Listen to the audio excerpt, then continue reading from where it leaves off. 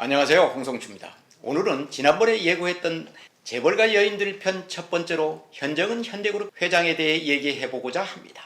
현대그룹은 한국 경제계의 신화나 다름없는 정주영 회장이 세운 기업 집단입니다.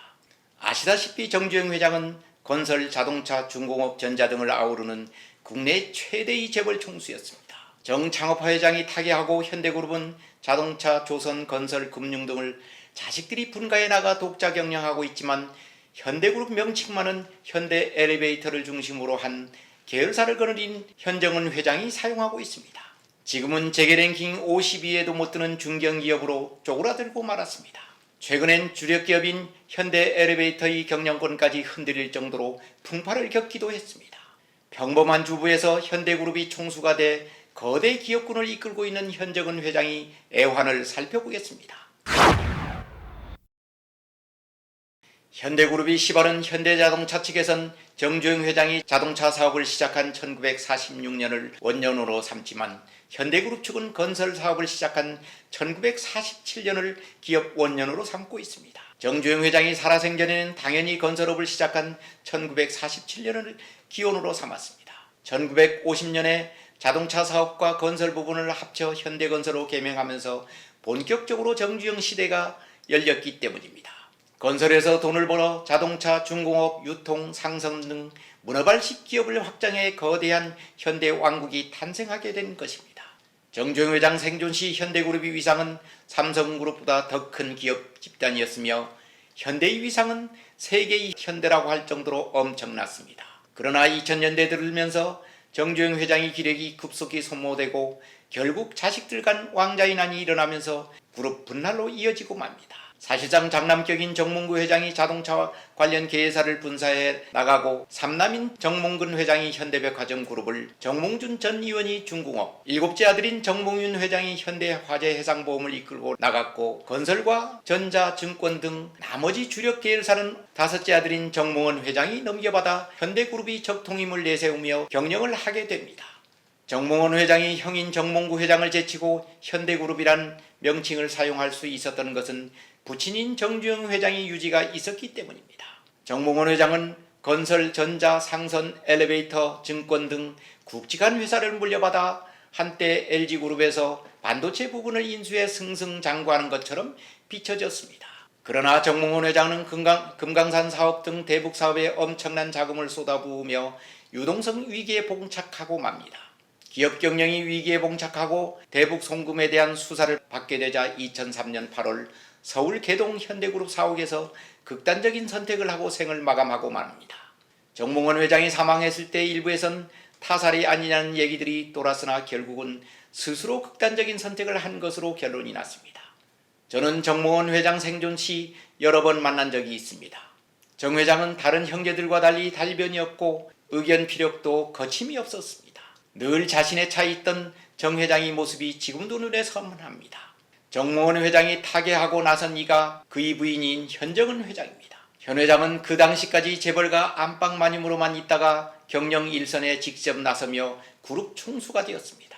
현정은 회장은 원래 사업가 집안의 딸입니다. 그의 부친은 현대상선이 전신인 신난해운을 설립한 현영원 회장입니다. 모친은 전남방직 창업주인 김용주 회장의 딸 김문희 여사입니다. 김문희 여사의 동생이 한나라당 대표를 지냈던 김무성 전 의원입니다. 김문희 여사는 용문학원을 운영하는 학원 경영자이기도 합니다. 한마디로 사업가 DNA를 타고난 셈입니다. 경기여고와 이화여대 사학과를 나와 미국 유학까지 마친 재원입니다. 결혼 뒤 사회활동은 안하고 안방마님으로 있었지만 경영인으로서의 소양은 갖췄다고 할 수 있습니다. 현 회장은 그룹을 경영하면서 수많은 난관과 도전을 받아야 했습니다. 처음으로 그 유명한 시습과의 경영권 전쟁이었습니다. 정주영 회장이 막내 동생인 KCC 정상영 회장과의 경영권 분쟁은 많은 뒷얘기를 남겼습니다. 정몽원 회장이 작은 아버지인 정상영 회장은 현대그룹을 현씨에게 넘겨줄 수 없다며 현대 엘리베이터 경영권을 인수하겠다고 공개적으로 밝히며 이른바 숙부인난이 시작됩니다. 정몽원 회장이 타계한 지 넉 달 만에 일어난 일입니다. 당시 현대 엘리베이터는 사실상 현대그룹이 지주 역할을 하고 있어 이 회사를 인수하면 계열사들도 자동적으로 인수하는 결과를 가져옵니다.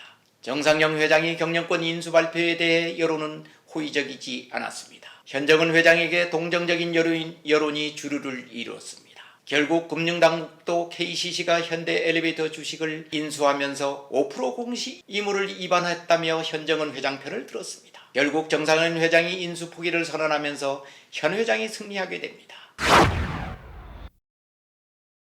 이때 현 회장은 스위스의 다국적 엘리베이터 회사 신드로와 손을 잡으며 족쇄를 안게 됩니다.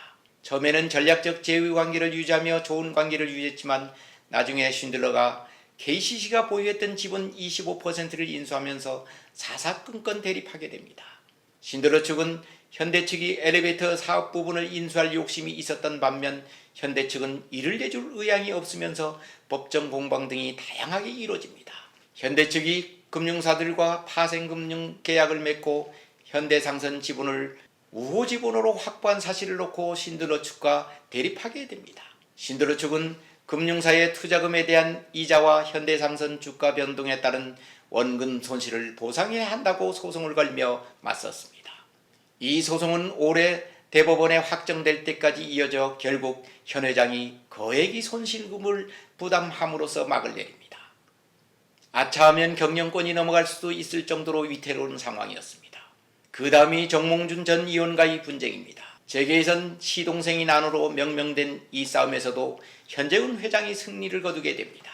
2006년 시동생인 정몽준 전 의원이 대주주로 있는 현대중공업이 우호 지분을 포함해 현대상선이 40%에 달하는 지분율을 확보하면서 싸움이 알려지기 시작한 것입니다. 당시 현정훈 회장 측은 40% 조금 넘는 지분을 확보하고 있었습니다.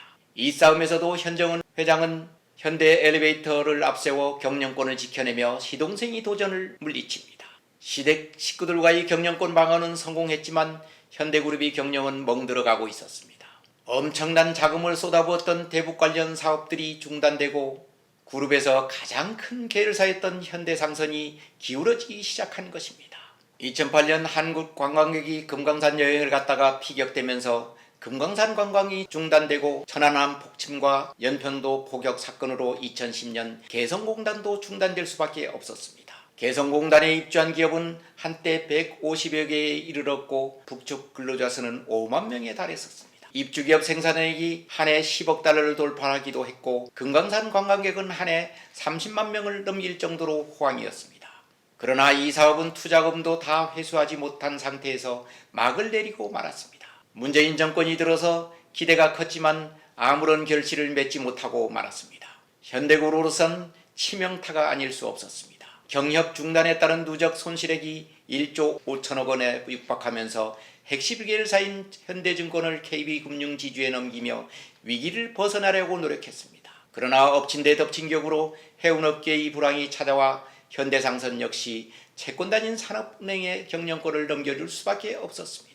현대그룹에서 현대상선이 손실을 감당할 처지가 안 되었기 때문입니다. 결국 현대상선은 경영권을 인수한 정부가 HMM으로 개명해 현대그룹과는 관련 없는 회사로 거듭나게 됩니다. 이 HMM은 몇 년 전부터 엄청난 흑자 기업으로 탈바꿈하게 됩니다. 현정훈 회장으로서는 뼈아픈 기억이 아닐 수 없습니다. 이런 와중에 앞서 언급했던 신드로와의 소송에서 완패하는 일이 일어나고 말았습니다. 대법원은 지난 3월 신드로가 제기한 손해배상 소송에서 현 회장에게 손실액과 이자 등을 지급하라는 판결을 내리게 됩니다. 현 회장은 자신이 주식을 담보로 한 캐피탈 회사로부터 돈을 빌어 파생상품으로 인한 손실액 1,700억 원과 지연 이자를 최근 모두 갚아야 했습니다. 거액의 손실보상금을 갚음으로써 신드로와의 전쟁은 막을 내렸다고 하지만 재계에선 완전히 끝난 것은 아니라고 하고 있습니다. 현재도 15% 넘게 현대 엘리베이터 주식을 소유하고 있는 신드러의 야심이 완전히 사그러들지는 않았다는 진단 때문입니다. 신드러가 현대 엘리베이터에 대한 집착은 엘리베이터 사업의 한국은 매력적인 시장이기 때문입니다. 고층 건물이 즐비한 한국의 엘리베이터 시장은 전 세계 4위 규모이고 엘리베이터 설치 수도 세계 7위 수준입니다. 설치와 유지 보수 시장에서 그만큼 매력적인 시장인 것입니다. 신드러는 오래전에 한국에 진출해 엘리베이터 시장을 노리고 있지만 실적이 미미해 현대 엘리베이터에 눈독을 들이고 있다고 보면 됩니다. 마지막 남은 보루나 다름없는 현대 엘리베이터를 현정은 회장은 어떻게든 지켜낼 것으로 전망되지만 아직은 낙관하기에 이른 것만은 사실입니다. 오늘은 평범한 재벌가 안방마님에서 경영인으로 변신해 고군분투하는 현대그룹 현정은 회장에 대해 살펴봤습니다. 좋은 집안에서 태어나 남다른 스펙을 쌓았던 그녀지만 기업 경영만은 그렇게 녹록치 않은 것을 알 수 있습니다. 한때 자산 규모가 12조 원을 넘는 그룹 규모가 현재는 2조 7천억 원으로 엄청나게 축소되고 말았습니다. 일남이 이녀의 자식들도 모두 현대그룹 경영에 참여하며 제2도약을 기약하고 있습니다. 2030년까지 현대 엘리베이터의 매출 규모를 5조 원까지 끌어오르겠다고 다짐하는 현정은 회장이 다음 행보를 기대해 봅니다. 경청해 주셔서 감사합니다.